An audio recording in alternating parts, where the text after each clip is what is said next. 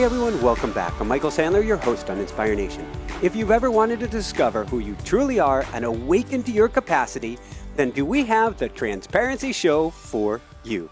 Today I'll be talking with best-selling author, visionary, and pioneer Penney Peirce about one of my all-time favorite new books, a powerful must-read treatise on our evolution and discovering who we truly are, transparency.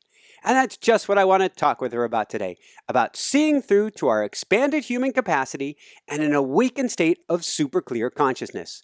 That plus we'll talk about Superman X-ray vision, spherical holographical perception, communicating in bridge time, having a seat saved with the council, lighthouses above our beds, moving from Marin to Florida, supernatural horned serpents, and what in the world ending up at robota bars have to do with anything. Gotcha. So welcome back to the show, Penny. Are you ready to shine? Hey, that was the best intro I have ever had. And you really did read the book. I did read the book. Woohoo! Absolutely love it. It's where we are or where we are heading toward. It explains so much of what's going on in the world today. So I guess we need to get the briefest Penney Peirce 101, and then let's jump into the eclipse. Let's go right off the deep end. So we've had you on before, but can you bring us up to speed? Who you are, where you came from, what brought you here? That's it. Oh yeah. Well, I've been an intuitive since, really working at it since 1977, and in doing that work with readings and working with intuition training, I got deeper and deeper and deeper and deeper into the process that's going on under the surface in people, and realized that this is really something powerful. This is about transformation. So then I was like, well, how does it work? So then, because I was a designer before, I was a graphic interior designer. And so I was looking at problem solving all the time and being really grounded. So I was that though looking at the best interior designers to me are extremely intuitive. Yeah, because spaces change your consciousness, and graphics is interesting because if you're going to make a logo for somebody, you have to symbolize who they are, which is a very intuitive process also, So it was good training. But then I applied all those principles to working with metaphysics and working with understanding how does a person build their life and grow themselves. So that was it is unendingly fascinating to me. But in the process of all this, I got into trying to understand the transformation process. And then all the books I've written, unbeknownst to me, I started off with the intuitive way. Yep. But then they just kept progressing. As time moved on, every 3 years, the world seemed ready for a new idea, and then it just flowed through me, and I did frequency, and then I did leap of perception, and now transparency. And so it's been this evolution of ideas or understanding. What was the calling to transparency? I realized that I had been writing about transparency with little blips and blurbs throughout all my previous books. Mm-hmm. And I had totally forgotten about it. And then since your first book. Yeah, and it just blasted into my mind that, this is like the new thing. This is going to be important, and I should, think about this. And when I first started, I thought, this won't be a very big book. There's not much to say about it. Uh-huh. Yeah, right.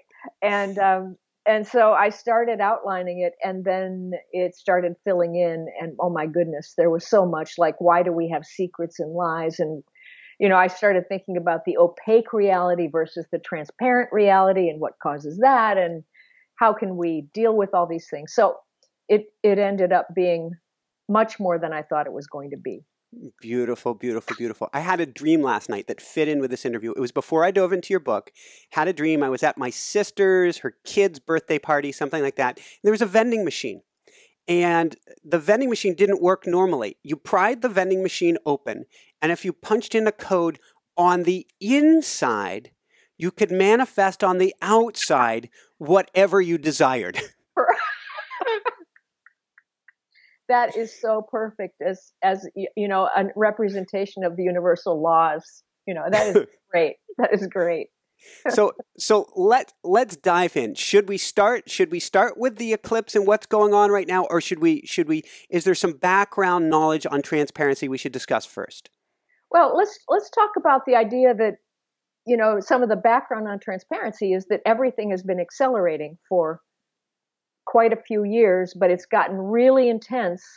Gosh, I don't know when, probably even from the harmonic convergence way back, and then 2012 and all this. But and that acceleration has caused everything to vibrate faster. Our bodies, our emotions, our minds. The subconscious mind cannot stay down at the low frequency of fear where it used to be able to be hidden, because that vibration doesn't exist anymore really on the planet. So all that fear stuff that was able to be denied and suppressed is popping up to the surface. And we're seeing it flooding into our consciousness and reenacting in various ways. And we're seeing it in politics, and how people who are not evolving to match the frequency on the planet are retracting back into control and domination or avoidance, and leaving their bodies, and like opioid addiction, and then narcissism, and all this stuff. Well, these are all representations of the way we try to maintain security. And that, to me, that relates to that we're heading toward transparency because we're trying to clear all this clutter. Anybody who's on a spiritual path is really trying to get rid of that fear-based stuff that's keeping them contracted and slow and dense, whereas a lot of other people haven't realized what's going on yet, and they're still perpetuating it, and so that relates a lot to the eclipse eventually. So I happen to see this, for some reason, I see this all as a positive. I see everything taking place as a positive. Till now, I just got an image in my head while you're talking about, I guess, pimples, or a face with pimples. And it's bubbling up to the surface so that it can get out there, so that it can be cleared. Yes, yes. And that's why I think we're having a lot of volcanic activity. Now, if you've looked online, I mean, there are an amazing number of volcanoes that are either active or getting ready to be active. Plus, because I think that what happens with the acceleration is that we get waves of influx, and what that does is it brings high frequency energy, which is also high frequency consciousness, into the physical world, which means it comes through our physical body, which means that we get revved up, into this higher ultra sensitive state, which if you're not used to letting go and opening up and giving over to it, it's very threatening. And even if you are, it can feel like, I noticed ever since the eclipse, with these big waves of intensity have been coming through, that if I'm not conscious during the day, then I start to eat carbohydrates or take a nap in the afternoon. And I've got to do something to try to slow myself down. And then one of my friends said, yeah, but we're just afraid of our own light. I went, oh yeah. I don't want to be afraid of my own light. I'm going to be conscious of this now and let myself adapt as these things come through. So when this happens, when you're getting charged up, I call it getting spinny. You can feel that spinning upwards going on in midday. It's when I might reach to a hot potato, not the burning kind, but meaning I'm going for something grounding, or give me a nut butter or something and get me on the earth. Exactly. What is your mechanism at that time for getting yourself centered, plugged back in, and in that space? First, notice what's happening, right? Oh, I get it. There's a wave coming through. Now, sometimes if you do take a nap, when you're sleeping, you get your left brain out of the way and your body adjusts very quickly. But it often feels like you're being irritated. Like I noticed, right before, especially the Las Vegas shooting, I started getting extremely irritable, like pissy, cranky, people out at the market and, just stupid stuff. And then I realized, wait, this was the same thing I felt right before Mount St. Helens exploded back in the, West Coast. And I thought, I wonder if it's something that's not even mine, that it's in the world that's about to happen, and Because I remember when St. Helens blew, right after it blew, I was fine again. You know, all the tension was relieved and I was back to my normal self. And so I think that these waves, you know, they back up against the wall of our resistance. They're trying to break through, but, you know, you get that struggle space. And I think, you know, it's very possible that a lot of these, especially like shootings and things like that, the people who do it are probably right on the edge, you know, and are just getting like, I can't handle it, you know, and they've got to disperse it. They've got to blame other people. They've got to release energy. And, you know, this is the way they do it, unfortunately. It's like full moon solar flare plus. Exactly. Exactly. I almost broke into tears a minute ago. I don't know that we have to go there at all, but I think back of Mount St. Helens, and I don't know the exact correlation. I was a kid at this point, but I had my first in a series of severe accidents, one that led to 6 operations that took place right around that time. And I do remember I was conscious of my energy at that time. And I remember thinking to myself, it was an awful thought, that if something happened to me, I would be able to step back and slow down, like be on the couch, be resting for a while and taken care of so that I could move through this. That was my little kid perception of it. And be careful what you wish for. Yeah. You were pretty conscious then, you know, really what was going on.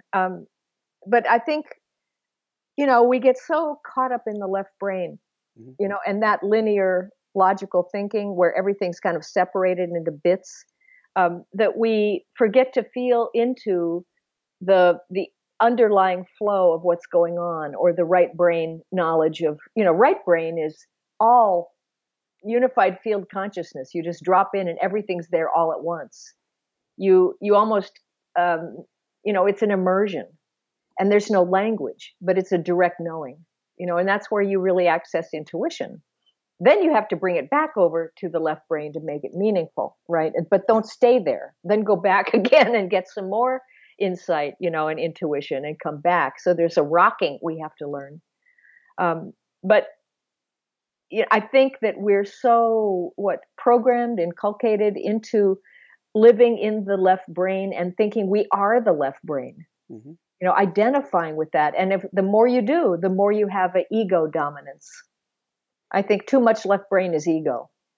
You know, and right now, as we're learning to move out of information, which is very left brain information age stuff, you know, into intuition age, which is right brain body field, there is an ego death process going on, and of course the ego does not want to die. It wants to maintain control.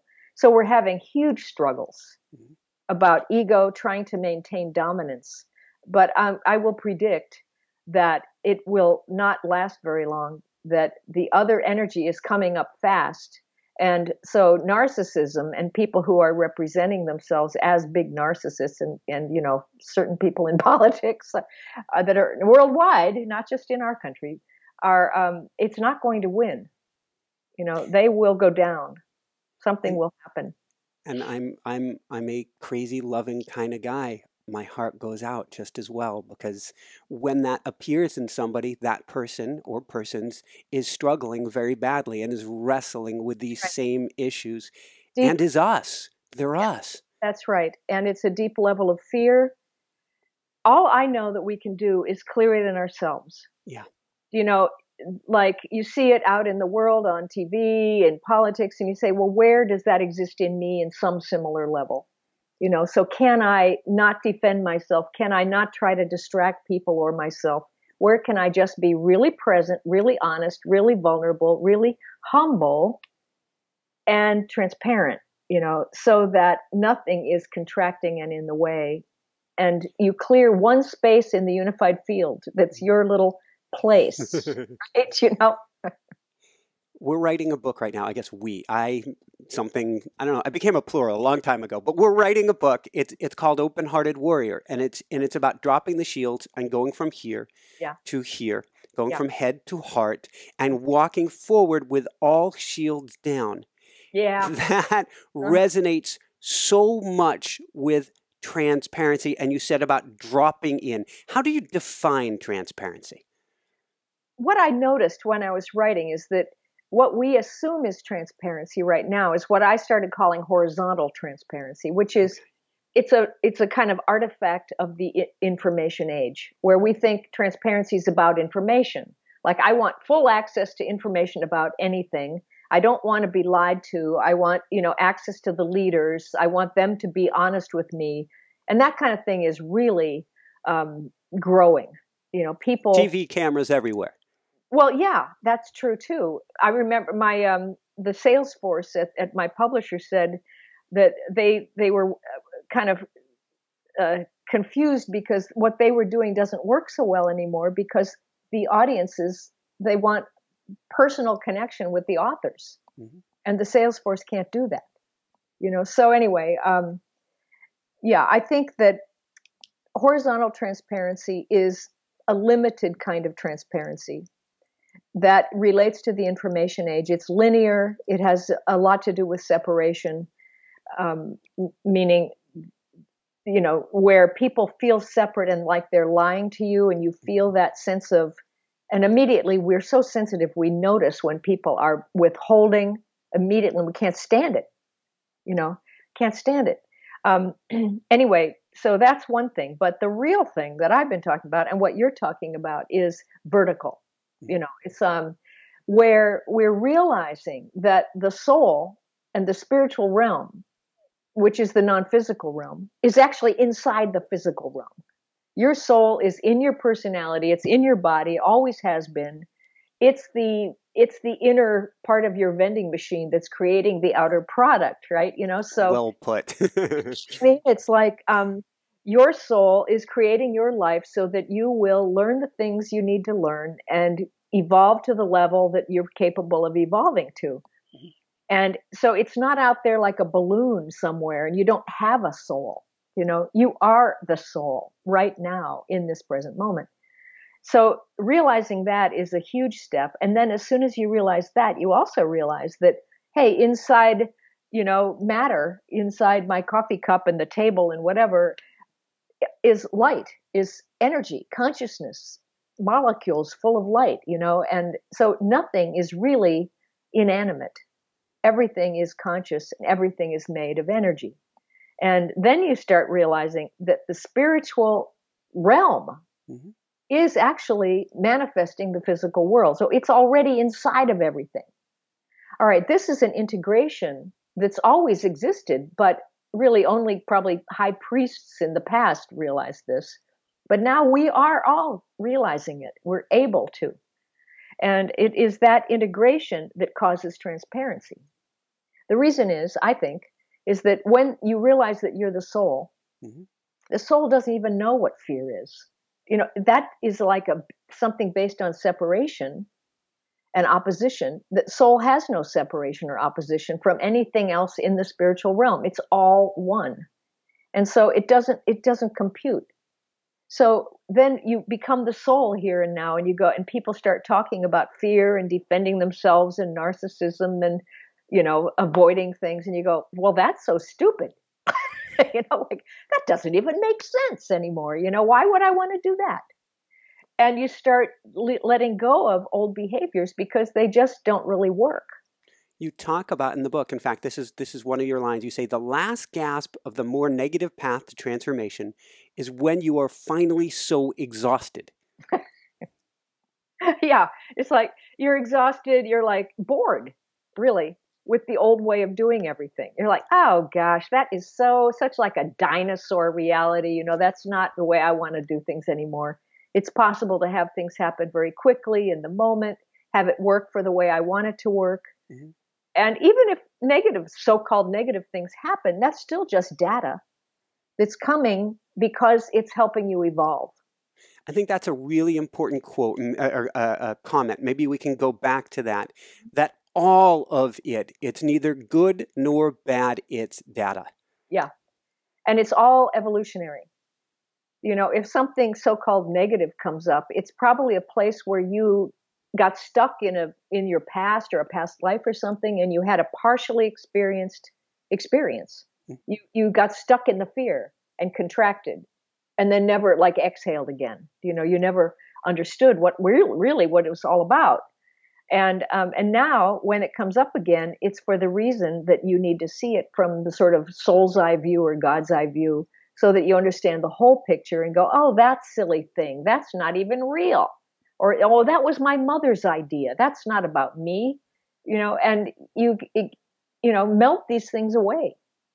Beautiful. Let's talk about, when we talk about expanding and contracting, the image, and I was talking to you about how I ended up doing this meditation with this image yesterday, not realizing it'd be here in this book, but maybe you can share with us what is spherical holographical perception, and what does it mean to expand our sphere?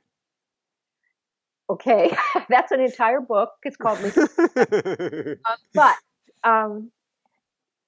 we're changing out of that linear perception, right? Where we just think about past, present, future, beginning, middle, end, you know, cause and effect thinking, where everything has a gap between here's an idea and here's the next step and the next step and here's the end result, or here's my goal. It's out separate from me and I have to cross empty space to get to it.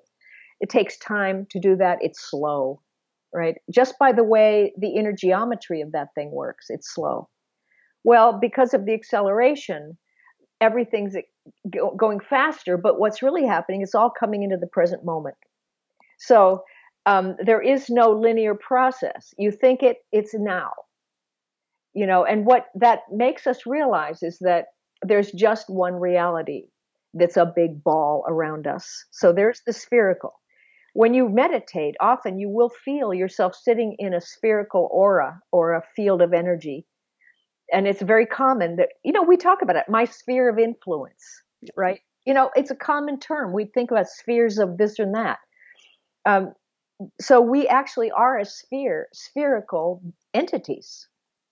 When we come down close to the physical world, we're spherical. But now that sphere around you is your personal field. It's your present moment.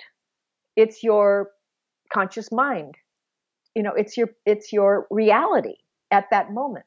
But what's cool is that the sphere expands and contracts depending on the frequency and the scope of what you're thinking about. So like when you're dreaming at night, you move beyond the physical sphere, way out sometimes, you know, into the Akashic records or, you know, emotional realm or mental realm. And then you come back and you move in and out and fly, you go out, you fall, you know, falling as you come back. And we do that all day long as well. So the sphere is very malleable, and it's really not an actual thing because it's an imaginary focus, or what would you call it? There's no outside world beyond the sphere. It's just getting a focal point, a temporary focal point to bring some, what's the word? It's to bring a reality into materialization. Yeah. Yeah. And so it's like on the zoom lens on a camera, you stop it for a second, but it keeps on, you know, has total, you know, possibilities of focus. Anyway, so we're zooming in and out, and there's actually no outside world. Everything's in the present moment. But so there's no future. Now, this is a hard one to understand because we think of it as outside the ball, somewhere over there, but actually it's inside the ball as a potential. And there are many potential next realities, let's call it. And it's not future. It's as soon as you place your attention on that particular frequency and imagine it in great detail, and it's all a function of attention, it starts to drop down in frequency and suddenly it just shows up out of your field. You don't attract it from some outside source. It's not the law of attraction. I call it the law of emergence. It's like the particles just reshape themselves into the next reality. And there you have it. And the more you know that you can do this, the faster it happens. So you can dissolve a reality by taking your attention out of something and manifest a reality by placing attention into it. Which means we get to be extra, I don't want to, no fear for people, but we get to be extra particular about where we place our attention, because the things that we worry about, it's not that you're being smoted or anything, but when we're putting our awareness there, we're helping that reality to emerge. Right. And we're learning that. It's like, what was that? What you resist persists, that thing. But, if you worry, somebody said it's praying for what you don't want, and that is really true, that you're placing attention on an item of whatever it is. Even if you say, I don't want it, you're still putting attention on the actual picture of that thing. And that's what, your body and your field takes that as a set of instructions and materializes that for you. Your wish is my command. Shit. And so if you get bored, that's the best thing. Boredom helps you get out of situations and let them go. I snap back. We discussed this a little bit on the messenger before we started. My head snaps back whenever I hear the word. I go with the B word. I don't even like to say the word bored, because when I think of the word bored, I think of the universe pulling out a 2x4. And I mentioned I've had a couple near-death experiences, and saying, your wish is my command. You're bored. You're looking for change and growth in your life. Here, how may I help you or gift you with that? Yeah, well, it doesn't have to be dramatic. I think boredom is just the action of the soul pulling energy out of a reality. And often at the end of a cycle of growth, how do you let go of something and learn to take stock and take inventory and say, look at what I just learned. Isn't that great? And I am so satisfied. It's just been wonderful. Now, nothing's wrong with the reality I just created. But most people go into that. They say, oh, now it's wrong to be doing this job, But no, I learned a lot. I did this job. I learned a lot. Now I'm getting glimmers of new things that's starting to come in. And if you're conscious, the boredom immediately shifts you into the new curiosity. But you have to have liminal space, a little moment. You don't know how long it'll be, where you're in between, on the threshold between realities, in that being space. Yeah. I love that. There was a documentary I watched years ago. I think it had Carlos Santana in it, and it was talking about mastery. And it's something I come back to whenever I'm coaching somebody and they say, I feel stuck or on a plateau. And I say, no, there's no such thing as a plateau. You're consolidating gains and about to leap ahead. Right. Yeah, and there's a need to take attention out of the physical world and the 3D process, the left brain, literally, move into the right brain, the heart, the body, the field, and that's right brain. Right brain is not language oriented. It's not action oriented. It's everything exists all at once, and you've got to immerse into it and get saturated with it. And then the next, set of instructions that your soul wants for you, that you really want to materialize next, will surface. But you've got to give it space to surface, right? Yes. And that's part of transparency too, because we don't want to let go of form. Often when I do sessions for people and that they're at the end, when they're at the end of a cycle, they want to know, what's the next form? And I'm saying, no, I can't tell you that yet, because right now you have to learn how to be quiet and use your imagination and do the noodling around and the playing and the letting of surfacing. And then I can get you information about what wants to happen. Because otherwise their left brain jumps from form to form and they don't do the work in between. And then the form can never materialize. It's the space between the notes that makes the music. That's right. So let's talk about kind of the other side of transparency, because a lot of people are stuck here and we're wondering what to do and what to help and what's going on. It's kind of, I was going to ask, I guess I should go there. Are we living in the matrix, A, and then what's opacity, B? Ooh. Well, I think they're right now existing simultaneously. Do you know, the matrix maybe is opacity in a way, but I think that we are very much alive in the spiritual world. I'd say, like, I'm an iceberg and only the top of the iceberg is in the physical world. The rest of me is already dead. It's already out there. Or for me, the rest of me is the duck paddling like hell underneath. Right. Yeah. So I think we come from the place of unity where everything kind of magically works and it's very mutually supportive and there's a great deal of compassion and everything is, it just works, and then down here in this frequency, we forget that, and we feel separated and we go into pain and we go into suffering and fear, and then that covers us over. And that's, to me, the opaque reality, the wet blankets on top of us where, we can't see through, it's so dense. We're depressed. We think this is the way life really is or who we really are. And it's almost like a weird, the more transparent I get, the more I think that is kind of a weird choice that people make. Ooh, I like that word. I want you to go into that word.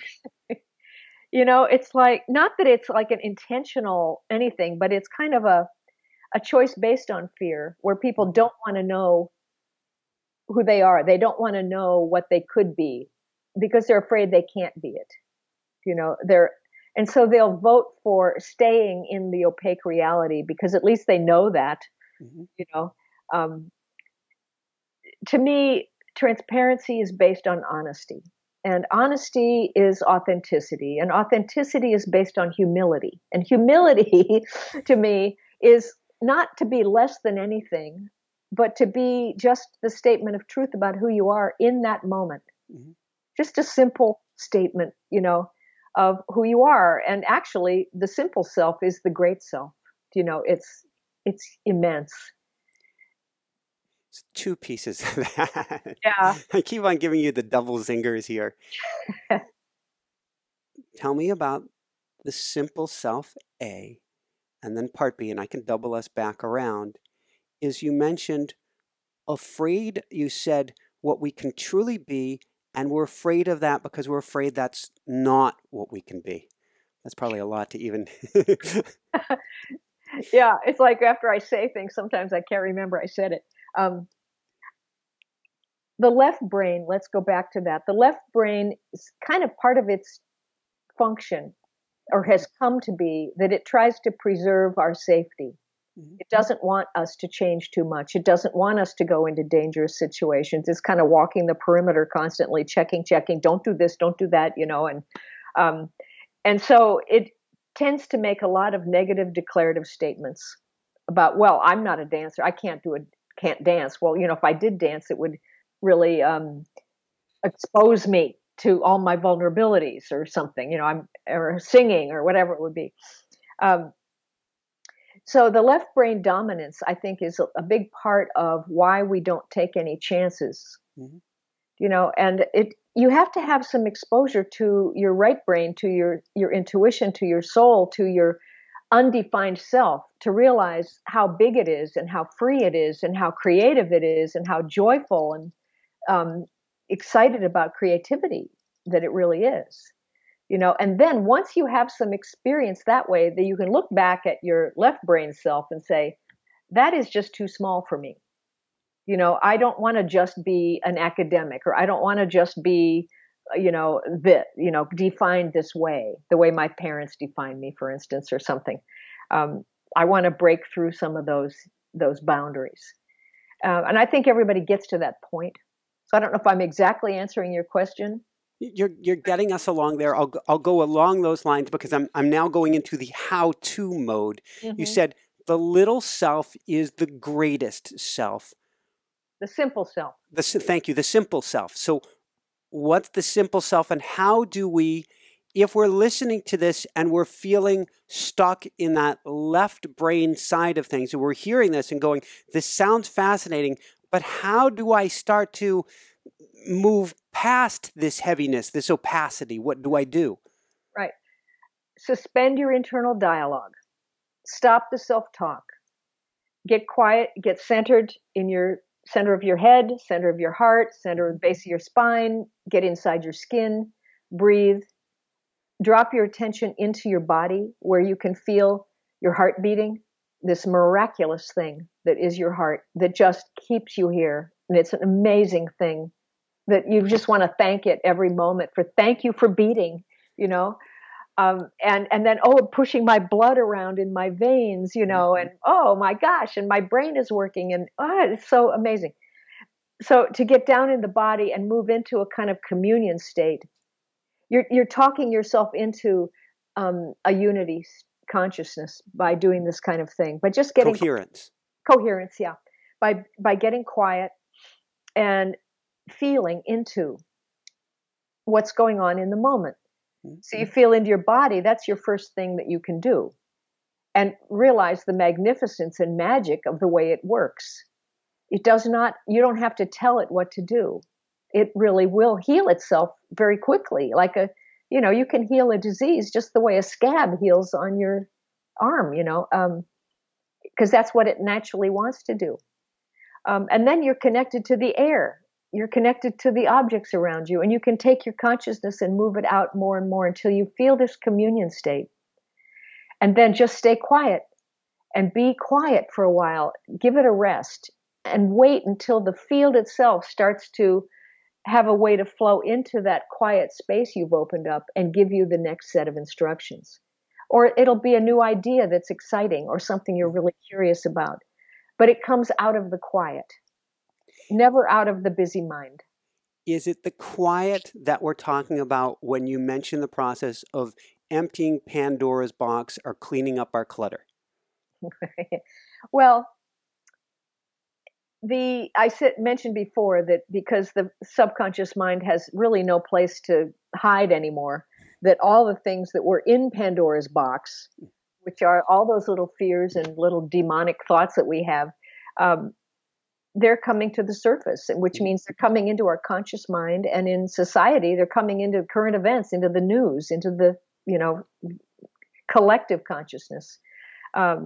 So it is that which is clearing clutter. It's like the clutter is the fear stuff, right? But you only have to do it one piece at a time in your own life. Something will come up and makes you get the heebie-jeebies or something, and then go, okay, why am I, getting all anxious about this? And go into it, feel into it. What's at the core? Or tell yourself the opposite statement. If you're saying, I can't be a dancer, say, well, what would it be like if I just jumped around and moved around and had fun moving? Let the energy flow. And you'll find that a lot of times the things that were stuck will suddenly start moving and they won't be there anymore. Things can clear very quickly. So that's clearing clutter. And I think that the transparency is the end result after these things dissolve, that we're creating the opacity, and it's such an interesting state when that clutter starts to really disappear, because suddenly the soul expresses directly. You are living your destiny. The things you were built for just start to occur for you, and it comes through synchronicity. You don't have to do it all through your own willpower. A lot of other people will say, hey, would you like to come over here and do a seminar in Europe or in whatever, and you couldn't make it happen all on your own if you had to do it all. But you feel the collective consciousness all working together so that it feeds everybody, and it's like magic, this perfect fit of things. Exactly. One of the ways it seems like, if I go back several steps before that takes place, where we do have to work, where we do have to put our energy, is on maybe presence, awareness, and loving kindness to ourselves through this process when those items come up. Yes. And again, remembering it's data. You're not bad. This is the human condition. I'm not alone. And everybody goes through this. And what happens is often when you don't put a lot of attention on the bad thing that you think is so bad, and you take attention off of it, it kind of softens up and you get insight about it. And then it's like, kind of like this, it's not so much boredom, but a forgetfulness. Like you go, wait a minute, did that happen to me? Or was that somebody told me about that? Was that, or is this just a human thing? And really, the forgetfulness comes in because you've released your ownership of whatever you think the awful thing was. It's the opposite of what you resist persists. You're right. Yeah, what you allow dissolves. Or, and then what you want to put your attention on is the stuff that's fun. Mhm. Yeah. You make a choice about, well, and it's not, there's a difference between, um, you know, resisting something by trying to suppress it again versus just not noticing it and not paying that much attention to whether it's real for you or not. It's not about apathy. It's not about ignoring things intentionally. Right.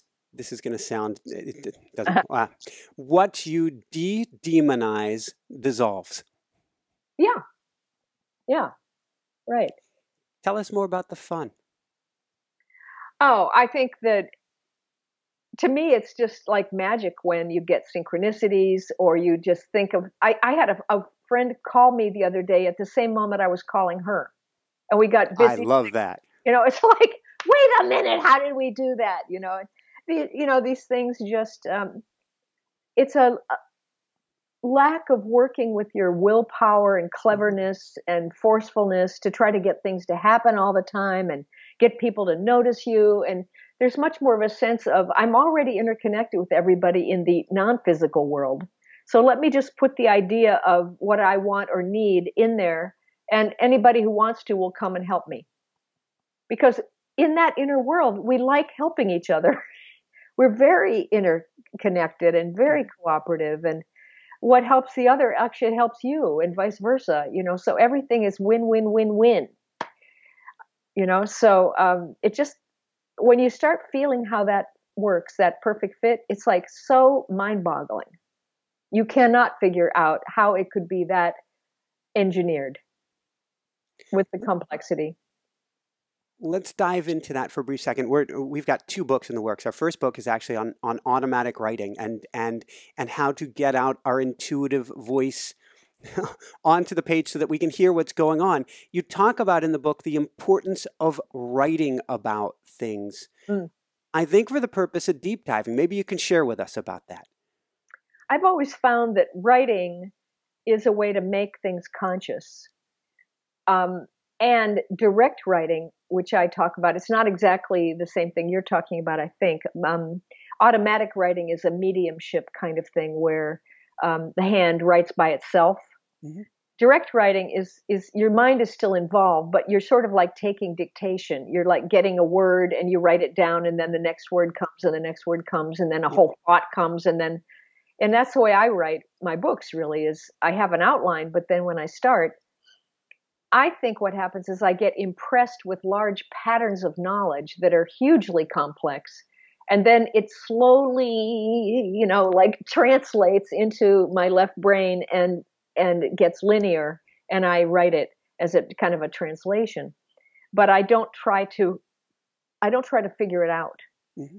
I let it come through, and often it really surprises me that there are explanations I wouldn't have thought of. So I think it's very important to write your dreams down, to keep a journal, and even like to have part of your journal where you just notice things that are sort of in your underconsciousness during the day, just right under the surface, like, oh, what little dialogues did I have with myself while I was driving down the street, or that I have with some person at the store that I was angry at, or whatever. What is that theme that I just found myself doing, And then you can see what's trying to rise into consciousness or what's trying to clear, and you get more in touch with, I call it your inner perceiver, that part of you that's trying to really communicate with you about deep things. So to me, that's a deep dive. It's a dialogue process. And that is we can't overstate the importance of that, can we? I don't think so, because to me, that's the way you get your intuition to really work all the time. You have to be, Buddhists, what do they call it? The path of inquiry. Mm-hmm. You are dialoguing and asking questions and answering them from your own deeper state, and trusting yourself. And that trust thing is a huge part of transparency, right? I mean, I call it in the book radical transparency radical trust, because you have to trust yourself. You have to trust what you notice. You have to trust the audience. You have to trust the flow, that what's coming, whether it's so-called good or bad, is exactly what you need in that moment and perfect. and that you just have 100% trust for all of the way things are working, and you use it. You don't negate any of it, and that opens you up. I love that vulnerability. I love how you call that radical trust, because it gets us past, at least for myself speaking, one of the most difficult challenges in my wiring in the past, which is, what if I make a bad decision and screw things up? Hmm. I find that as you go along and you have better sense of intuition and your truth and anxiety signals, where, an anxiety signals where your body kind of clenches or contracts, or you get tight, or you feel like you're having a heart attack, or your solar plexus gets really tense. But you can have that signal in a very tiny way, very subtle way. And as you get more intuitive, you notice yes, no, lean toward, pull away, and so you start making your, excuse me, that's my bird clock talking here. I was like, what's that parrot? um, it gives you a sense of trust that, yeah, when it feels like it's expanding and opening and whatever, then okay, I'll go with that. I'll make that decision. And if it doesn't work out the way you thought it was going to work out, Yep. then you say, well, why it didn't work out that way? So what did I learn from tricking myself? And so I don't take anything as going against the flow. And I think it's more and more difficult to make decisions that aren't appropriate for you. A lot of times, if they're not something you're supposed to do, you won't even notice it. It won't seem real at all to you. So I think we can just trust that we do what we need to do. It's so much more of a loving way to go. Yeah. I think, we can't know whether, I can't know whether all my metaphysical views of the way the other worlds are is actually accurate or not. I think I have some kind of vague memory of things, but I think it's important to choose the way you live, right? And if having a positive vision of an afterlife or of spirit helps me be a better person now, then I'm going to have that view for a while, and then I'll let it go later if I eclipse it, but and I think we should eclipse our worldviews. Actually, we use different ones to get us to a certain point, then that doesn't work anymore, and then we open up more and we get a different view and another view. So, it's just part of life. You become Penny 3.0, 4.0. That's it. I've got a few .0s myself.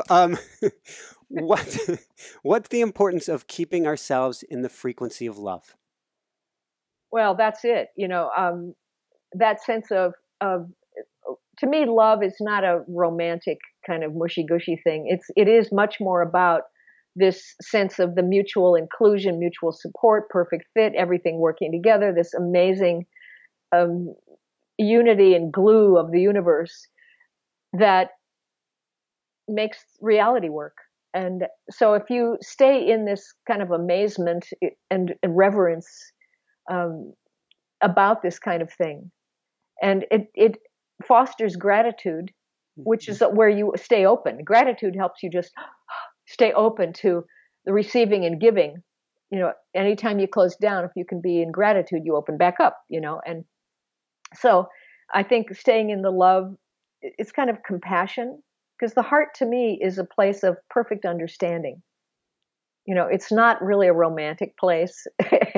It's much more about understanding, like the vulnerability of someone else, being in their shoes, understanding the oneness, how what do they call it? The hierogamos, the place of the divine marriage between the yin and the yang, and any oppositional thing comes together in the heart and becomes one. It's a powerful center.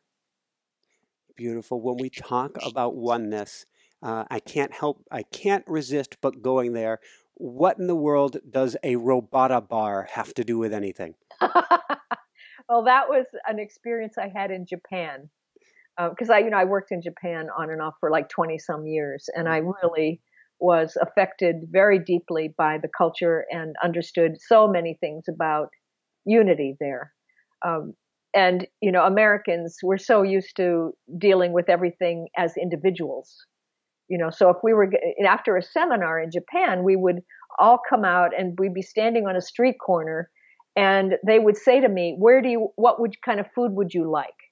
Would you like this, or this? And I'd say, well, okay, that would be fine, thinking that they would have a discussion with me about it. But no, as soon as I said it, the whole group oriented toward that, and then that was the reality. And I didn't like that because I didn't want to be the dominator in the thing. So I learned to say, well, I don't know, anything, it'd be fine. And then they would be this crazy conversation. And then suddenly the whole group would take off down the street like some group of fishes, down and we'd end up at a robota bar or something, and and it was just sort of this experience I had of the group mind functioning, where you didn't have to exert your individuality, because if you did, it would keep someone else from, showing up somehow. It was the very opposite of the way we work in the United States. It's beautiful. What else do we need to know about moving into an age of intuition? Honestly, I think a big thing is the left-right brain connection, that we need to recognize when we're stuck in the left brain too much, and we need to learn how to do that kind of figure-eight flow between accessing and immersion, and when you go into the right brain and into intuition, it's so peaceful, it's so rejuvenating, and then you get all kinds of wonderful stuff from the imaginal realm, and then bring it back in and make it conscious, and then do something with it, complete that process, let go, and go back into the other realm. So it's like you always complete creation cycles this way, so it's about the stuckness we feel is really a stuckness in the left brain consciousness. Some people would call that the mind, but.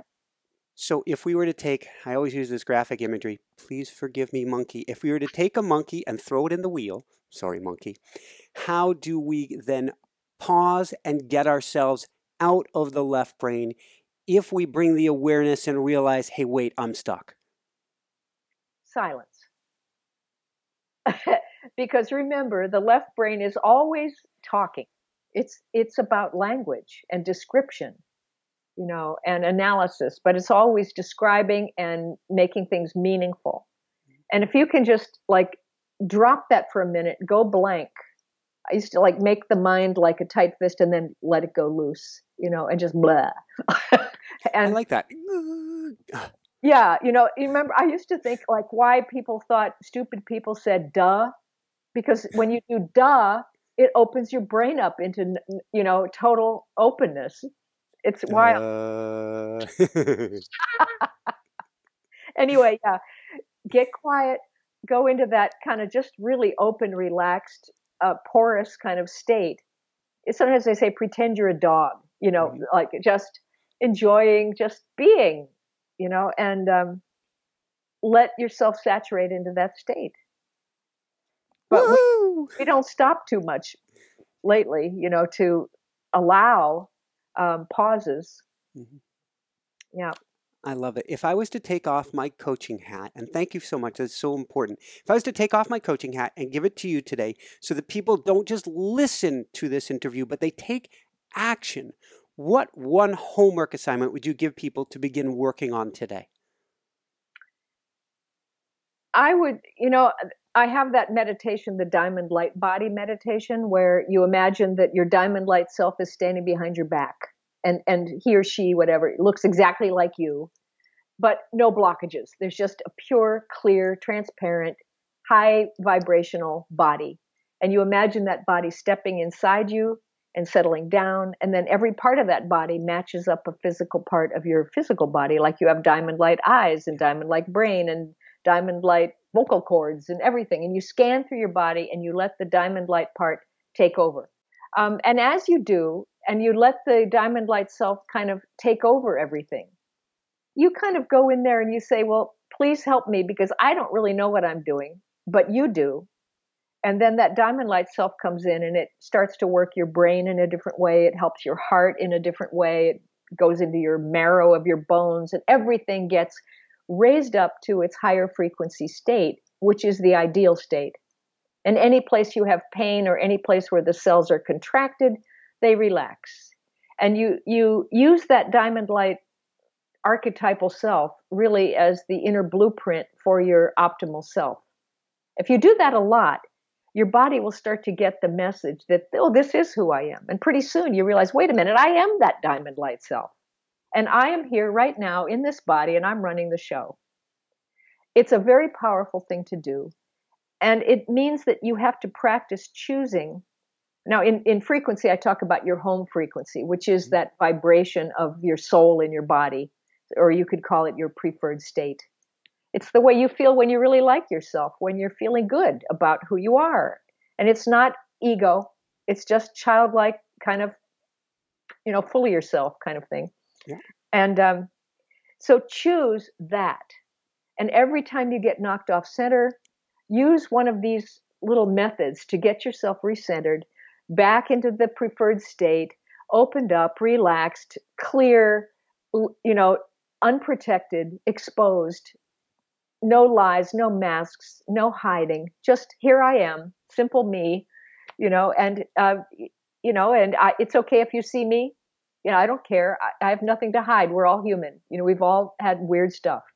And yet we're all magnificent too, So it's something about that. It's just this practice. Every time you get knocked off center, choose again, not to stay in that and feed it with your attention, but to drop it for a minute, bring your attention back into who you really are and reestablish that as the true reality.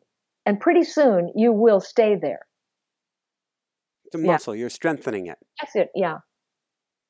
Beautiful. Yeah. What would my wife Jessica, she's the producer, she always wants me to ask, what would you recommend for parents to help their kids at this time? I like to work with the kids where, you talk to them about, and with leading questions. You say, well, what do you think that person's thinking? Or, well, why do you think this thing works the way it does? Or what do you think's going on with, people who really are afraid of this? Or, and get them to access their inner wisdom, because they have these kids that are coming in now are incredibly wise and very, very loving. And, but they're not in touch with it. And I think they have to draw it down and pull it out, to know what they know. Also, I think working with music, sound, sculpture, art forms that are right brain things it's extremely important right now, because they're getting caught in the left brain way too much. And they're texting and looking at the cell phone, and they're not actually working with their own intuition very much. So they really need nature. They need animals, right? Yeah. Yeah. Absolutely. Yeah. They need to, I think growing up with animals is incredibly important, because you can be quiet with them and you can talk to them telepathically, and they get it, So if parents can facilitate more that kind of quiet, but sometimes very creative, sometimes very industrious time with working with imagination, it's great, I think. Do you have a favorite animal in your life? Well, no, I don't have an animal right now, but I've always loved horses really a lot. We just had on Julia, oh my gosh, Julia Cameron. Why am I spacing her first name? Oh my gosh, Morning Pages. Mm-hmm. Julia Cameron. It is Julia Cameron. Yeah. We just had her on. What's Julia Cameron's name? Julia Cameron. And she said the same thing, that right now, in fact, she just bought a pony for her daughter. Yeah. And so it's horses right now. Yeah. Yeah. There's something very noble about them, but dogs too, they're just they're telepathic beings, So where can people go to find your beautiful book and to find out more? Yes. Well, of course, the book is on Amazon and Barnes and Noble and all over the place now, and in Books A Million and independent bookstores too. but my website is just my name, so pennypeirce.com, and it has tons of stuff on it. And yeah, calendar, Beautiful. all the other kinds of things I'm doing will be on the calendar. So if you didn't catch that, go over to, if I got this right, Julia Cameron. Oh my gosh. I've got to get this stuck out of my brain. And thank God I've got a great editor. And so give us the URL one more time, Penny. Yes, it's pennypeirce.com, and it's spelled Penney and then Peirce, pennypeirce.com. So if you didn't catch that, pennypeirce.com, pennypeirce.com. Come on over to inspirenationshow.com and we'll get you over to pennypeirce.com. Great. Thank you so much. This has been absolutely fantastic, phenomenal. I can't recommend everybody enough getting this book because I think it gives you both a glimpse where we're going, a roadmap where we're going, and understanding that you're all right exactly where you are on the path, but how to start opening up the doorway to step forward at a time where things are going faster, faster, faster, and appear to be going crazier, crazier, crazier. Right. But so, are actually becoming clearer, clearer, and clearer. Amen, amen, amen. Any last words of wisdom you want to share with us today, Penny? I am very positive about it all. I know that a lot of negative stuff is flying around and things seem to be going backwards a lot, but it's not really true. I think we're, digging down to get at some of those core fears, and the acceleration on the planet is going so fast that old vibration and reactionary behavior, it's not going to be able to be, it's functional. It won't be functional. And it will just, be eclipsed and it'll be swallowed up with new ways of doing things. So I'm not, and it doesn't excuse us from taking a stand for things that we feel like we need to speak out about. That's in the moment. That's our self-expression in the moment. But it's not about having to counteract fear with more fear-based behavior. Woohoo!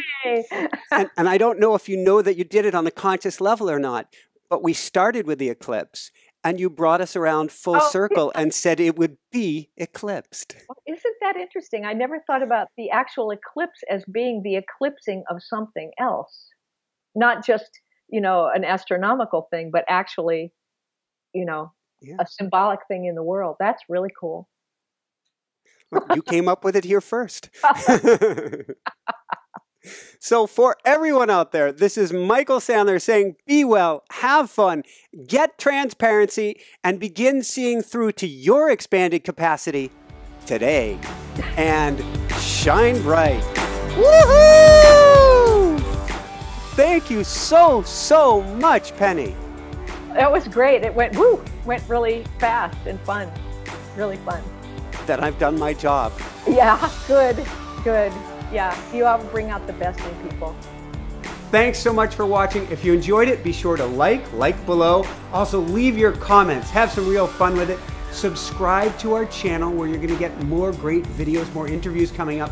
And check out our website, inspirenationshow.com.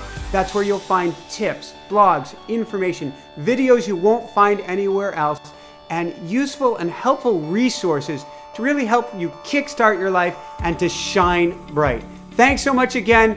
Thank you for your support. Like, comment, subscribe. See the website. Thanks so much and have fun. Of course, shine bright. Woohoo!